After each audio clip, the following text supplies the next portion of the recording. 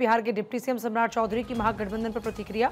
कांग्रेस प्रदेश अध्यक्ष के खिलाफ आरजेडी उम्मीदवार पर प्रतिक्रिया। महागठबंधन का क्या स्वरूप है, कोई नहीं बता पा रहा। महागठबंधन है या नहीं, ये सबसे बड़ा प्रश्न बन चुका है। बिहार के डिप्टी सीएम सम्राट चौधरी की महागठबंधन पर प्रतिक्रिया। कांग्रेस प्रदेश अध्यक्ष के खिलाफ आरजेडी उम्मीदवार पर प्रतिक्रिया। कहा कि क्या स्वरूप है महागठबंधन का, कोई नहीं बता पा रहा। पता ही नहीं चल पा रहा है कि गठबंधन हुआ है कि नहीं हुआ। महागठबंधन का स्वरूप क्या है, कोई बता भी नहीं रहा। तो महागठबंधन है या नहीं है, ये सबसे बड़ा प्रश्न है। महागठबंधन को बताना चाहिए। तो ये बिहार में चुनाव है और बिहार में चुनाव को लेकर लगातार एक दूसरे पर पार्टियां हमला बोलती हुई नजर आ रही हैं।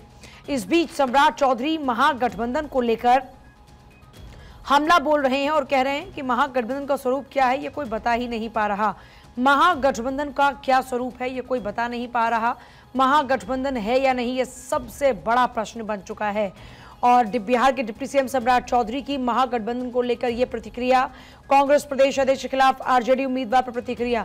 सर्वेश मेरे साथ इस वक्त। सर्वेश, लगातार देख रहे हैं कि सियासी जो वार पलटवार का सिलसिला है वो तेजी से आगे बढ़ रहा है। इस बीच सम्राट चौधरी का ये इंडिया ब्लॉक को लेकर ये हमला,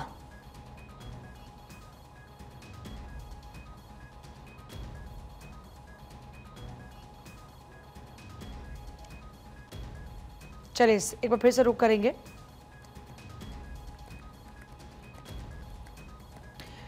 कांग्रेस प्रदेश अध्यक्ष के खिलाफ आरजेडी उम्मीदवार पर यह प्रतिक्रिया है, क्योंकि लगातार आप देखिए इंडिया ब्लॉक में जो खींचतान चल रही है, जैसे जेएमएम की बात करें, जेएमएम ने खुद को अलग कर लिया। सर्वेश मेरे साथ जुड़ रहे हैं। सर्वेश, क्या महागठबंधन में सब कुछ ठीक नहीं है? क्योंकि सम्राट चौधरी जिस तरीके का हमला बोल रहे हैं उससे एक बात तो क्लियर है कि एनडीए का कॉन्फिडेंस हाई हो रहा है और इंडिया ब्लॉक पर हमले तेज। पूजा, देखिए जैसा कि मैं बता रहा था आपको कि 11 सीट ऐसी हैं जिसपे कि महागठबंधन के 2 दल आपस में ही लड़ रहे हैं वहाँ से चुनाव। और बिहार में अगर ये स्थिति बन गई है महागठबंधन की, तो आप समझ सकती हैं, एक तरफ जेएमएम अलग हो गई है, पशुपति पारस अलग हो गए। पहले बात थी कि साथ में लेकर चलने की, लेकिन ये साथ में लेकर चलने की जहाँ तक बात है, जो मूल गठबंधन था, चाहे वो कांग्रेस हो, आरजेडी हो, वीआईपी हो या वाम दल हो, इनके बीच भी तालमेल ठीक नहीं है। और जो तालमेल ठीक नहीं है उसका असर ये हुआ है कि 11 सीटों पर आपस में ही ये लोग फाइट कर रहे हैं। तो ऐसी परिस्थिति में एनडीए को सीधे बढ़त मिल रही है। और निश्चित तौर पे देखिए, जब आपस में ही जब फाइट होने लगती है तो सवाल उठने लगता है कि फिर ये गठबंधन रहा कहाँ और गठबंधन धर्म का पालन हुआ कहाँ। एक गौड़ा बोराम की सीट है, वहाँ से आरजेडी ने, लालू यादव ने सिंबल दे दिया था अपने एक प्रत्याशी को, वो वहाँ से नॉमिनेशन करने वाले हैं। और जानकारी जो मिल रही है उसके मुताबिक ये जानकारी मिल रही है कि अब लालू यादव ने एक पत्र लिखा है और डीएम से अपील किया है कि अगर आरजेडी की टिकट पे कोई नॉमिनेशन करने जाता है तो उनको स्वीकार न किया जाए। तो अब देखिए इस तरह की स्थिति बन गई है। वीआईपी ने गौड़ा बोराम से अपने संतोष मांझी को अपना उम्मीदवार बनाया है, जो कि मुकेश सहनी के भाई हैं। तो संतोष सहनी को वहाँ से वीआईपी ने, मुकेश सहनी ने वहाँ से मैदान में उतार दिया है। और वहाँ से आरजेडी के लोगों ने पहले ही अपने कैंडिडेट को सिंबल दे दिया था। अब लालू यादव को पत्र लिखना पड़ रहा है डीएम के नाम से।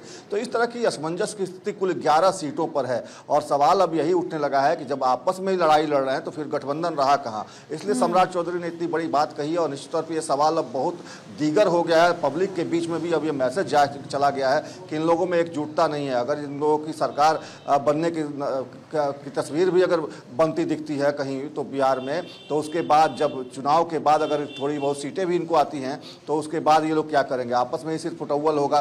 तो ये चीज़ जो है चुनाव के पहले ही दिखनी शुरू हो गई है। और निश्चित तौर पे इसका असर जनता के बीच में भी है। और जो पार्टी चाहे वो एनडीए हो, एनडीए में भी काफ़ी ज़्यादा इसको लेकर एक तरह से कहा जाए तो खुशी का माहौल है, क्योंकि एनडीए चाहती थी कि इस तरह की तस्वीरें हों और आपस में एकजुटता न हो, और वो साफ सतह पे आ गया है। पूजा, कुल मिलाकर देखा जाए तो ये कि जहां एकजुटता दिखनी चाहिए थी वो एकजुटता इंडिया ब्लॉक में कहीं नजर नहीं आ रही है, जिसका फायदा उठाया जा रहा है एनडीए नेताओं द्वारा बयानबाजी से, वो साफ तौर पर झलकता है।